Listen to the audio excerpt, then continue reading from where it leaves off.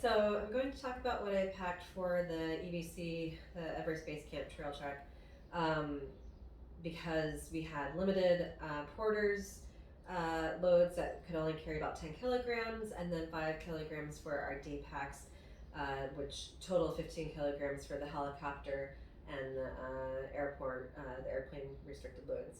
So little tight, but I'm used to field work. I'm used to traveling lightly, so after a few tries, I got everything going. So just to kind of give you an idea of what I packed and how, this is what it is.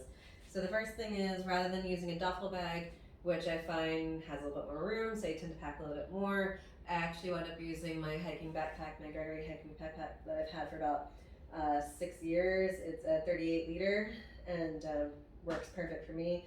The hiking poles actually fit inside of it, and then I kind of packed around that. So for that, and then my day pack where I have my 5 kilograms. So I have my Quechua backpack that I use for my field work as well. So I'm very familiar with this, very comfortable, and I know how to pack everything in there. In addition to those, the other thing that's the most important is your boots. So make sure you have a pair of well worn in hiking boots, weatherproof primarily, and comfortable. These ones are actually a little bit wide, which is great because when it gets to the upper elevations and colder, my thermal socks fit perfectly and they're very comfortable. I also packed a pair of sneakers for the evenings, the tea houses, so that I could have something besides my hiking boots to wear during the evening. For clothes, I had packed 3 thermal shirts. So 2 that I just got off of Amazon, they actually work pretty well, and then my favorite one that I actually got from Walmart, Danskin, had this one also for about 6 years, just lightly lined fleece, and perfect, covers my hands and everything, and I love it. I wore it for the first 2 days that I was there. I also packed 3 moisture wicking shirts. 2 of them are long sleeve. Those were great for the afternoons at the tea houses, to have something a little bit more normal to wear, as they also worked as a layer later as well. For my hiking pants, just 2 pairs. So the gray ones here are a little bit more heavy duty. I wore those for the last few days of hiking, and the black ones are a little bit more comfortable and lighter, and I wore them for the first half of the hiking. I also packed 3 pairs of leggings. 2 of these black ones I actually wore as thermal layers as well when we got a little bit colder. Otherwise, I wore them at the tea houses to be a little bit more comfortable in the evenings. I packed a fleece, which was perfect. This is probably one of the things that I wore the most. I wore this as a warmer layer for hiking, and I also wore it at the tea houses in the evening for like dinner and things like that, so it's very comfortable. For the tea houses when it got colder and for bedtime, I also packed a wool shirt, very warm, very toasty. I packed a nice big rain jacket, so a little bit larger than what I would typically wear, but it goes over all of my other layers pretty comfortably. It only really rained one time, and it kept me dry. So definitely need one of these. We were very lucky with the weather.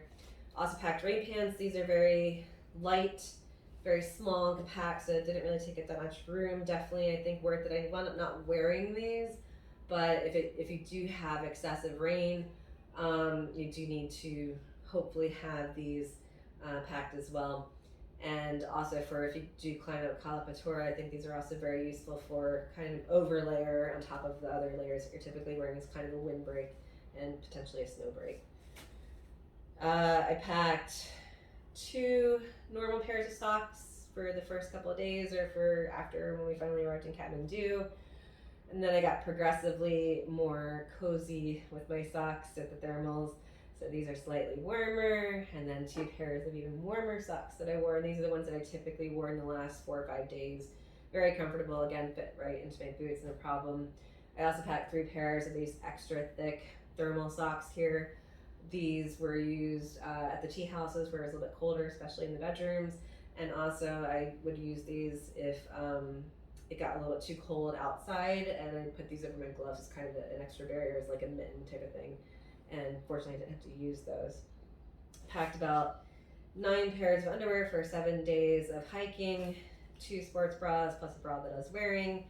I packed 2 or 3 of these buffs here, so these were perfect for while hiking. You know, you can, it's like a little bit of neck protection and warmth, as well as pulling over your face if it gets dusty or even rainy.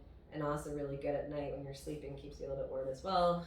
2 hats that I have, pair of gloves, my thermal headband. This is actually pretty warm. I wore this on days 3 and 4. It was actually very warm, so works really well, but it was a little bit too warm almost.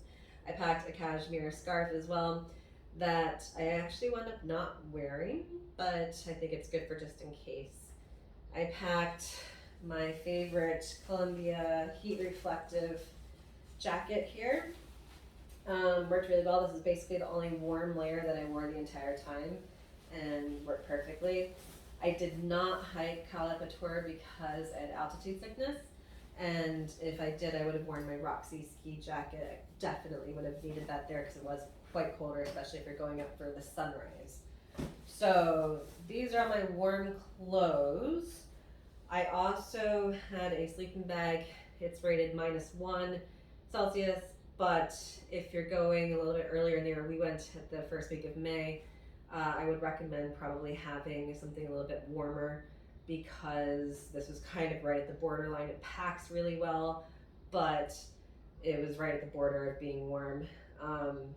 We did have, heavy blankets, the tea houses, so that helped for sure. Also, what we wound up doing is I packed a little flask, so I use this for 2 purposes. One was first thing in the morning, I would add my electrolytes, and this for water. And then in the evening, we would order boiling water from the kitchen, and they give us like a big jug of it. And my roommate would put in her hot water bottle, and I fill this half of cold water and half of the boiling water because this is stainless steel and this will get very, very hot very quickly. But I put it in my sleeping bag with me, and I cuddled with it at night, kept me nice and warm, so that was actually perfect. So that's it with all the warm, I think. I also packed some hand warmers here. Didn't really use these except for the last day. We were waiting for about 6 hours for the helicopter to come get us, and the tea houses don't really put on the heat in the common room until mid to late afternoon. So we were there for about 8 in the morning until about 3 p.m. freezing. This was nice, just kind of keeping our hands and keep us warm. I also packed 3 or 4 headbands. One to keep my wild, crazy hair out of the way, and another reason was just I put these on my wrist, and this is kind of unfortunately like a little snot rag, so definitely necessary. Packed glasses, so these ones I'm most comfortable with. They're easy, they're cheap, but I also packed a pair of polarized sunglasses, which is kind of necessary, especially when you get up higher. You don't really have the tree cover, you potentially have a lot of snow, so it's a little bit more blinding and very bright. Definitely need the polarized glasses when you get to the upper elevations. I also packed a little thing that had kind of my electrolytes, my multivitamins, my Imodium, aspirin, Advil, just kind of like a little mini pharmacy. This is leftover. I think I barely used anything. I think I used 2 gels the whole time, but definitely want to make sure you pack enough chapstick. I did use that plenty. And then just a couple of the Imodiums or whatever. And between our entire group, we all kind of like a mini pharmacy, so whoever needed what, we shared what we needed to. So that worked out really well. I did not take showers while I was there, so wet wipes are your friends. So I had one that was more basic and functional, and then I had one that smelled nice, like a cucumber Waitrose facial cleansing wipes, and these were good to kind of at the end of the day just kind of wipe the necessary areas. The deodorant, toothbrush, and toothpaste. A little mini makeup kit, I don't really use that. Tiny little hairbrush, and then sunblock is very important too. You're mostly covered because of the cold, but your face will get exposed. And also, I got a little bit of a burn on my hands. I didn't really think about it while I was hiking with the pole. So one day I just got like a nice burn here. So don't need very much of it, but definitely use it once or twice a day, just to make sure that you're covering this because you will get sunburned. Other than that, I have my electrolytes flask. I had a bladder because I don't really like to stop and have to drink, and it's pretty easy. The 2.5 liter Osprey water bladder that I have, and it's it was fine, but just make sure that you're keeping track of what you're drinking. This is the first time I've ever actually run out of water using this. That was the last day, so it was really not good. And I think I wasn't noticing it because I had altitude sickness and I was nauseous anyway, so I didn't really want to keep drinking. But otherwise, I had been drinking a minimum of 3 liters a day, but I recommend 4 or 5 liters a day. So at least get your 3 liters in. And I was generally pretty good about it. There's villages and everything up the whole way, so you can stop and get water as you're going on pretty easily. So that wasn't an issue. For electronics, I took my camera, but I wound up not really using this one, and it was actually pretty heavy.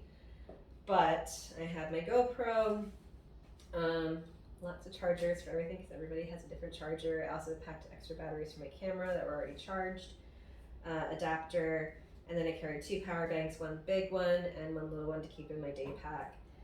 And then my personal luxury item was my journal. So some people brought cards. We play cards sometimes at night.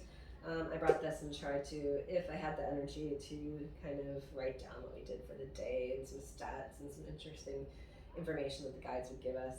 So generally, I think that was mainly it. So all of this should fit into my 2 bags, and I'll show you how I do that in a different video. But yeah, my hiking poles. I've got extra bags here for all of the stinky clothes I can go into. And then everything else that you see here is what I brought, and only this. So even for Kathmandu, I didn't have any spare clothes. We were only there for a couple extra days, but this is it. So next video.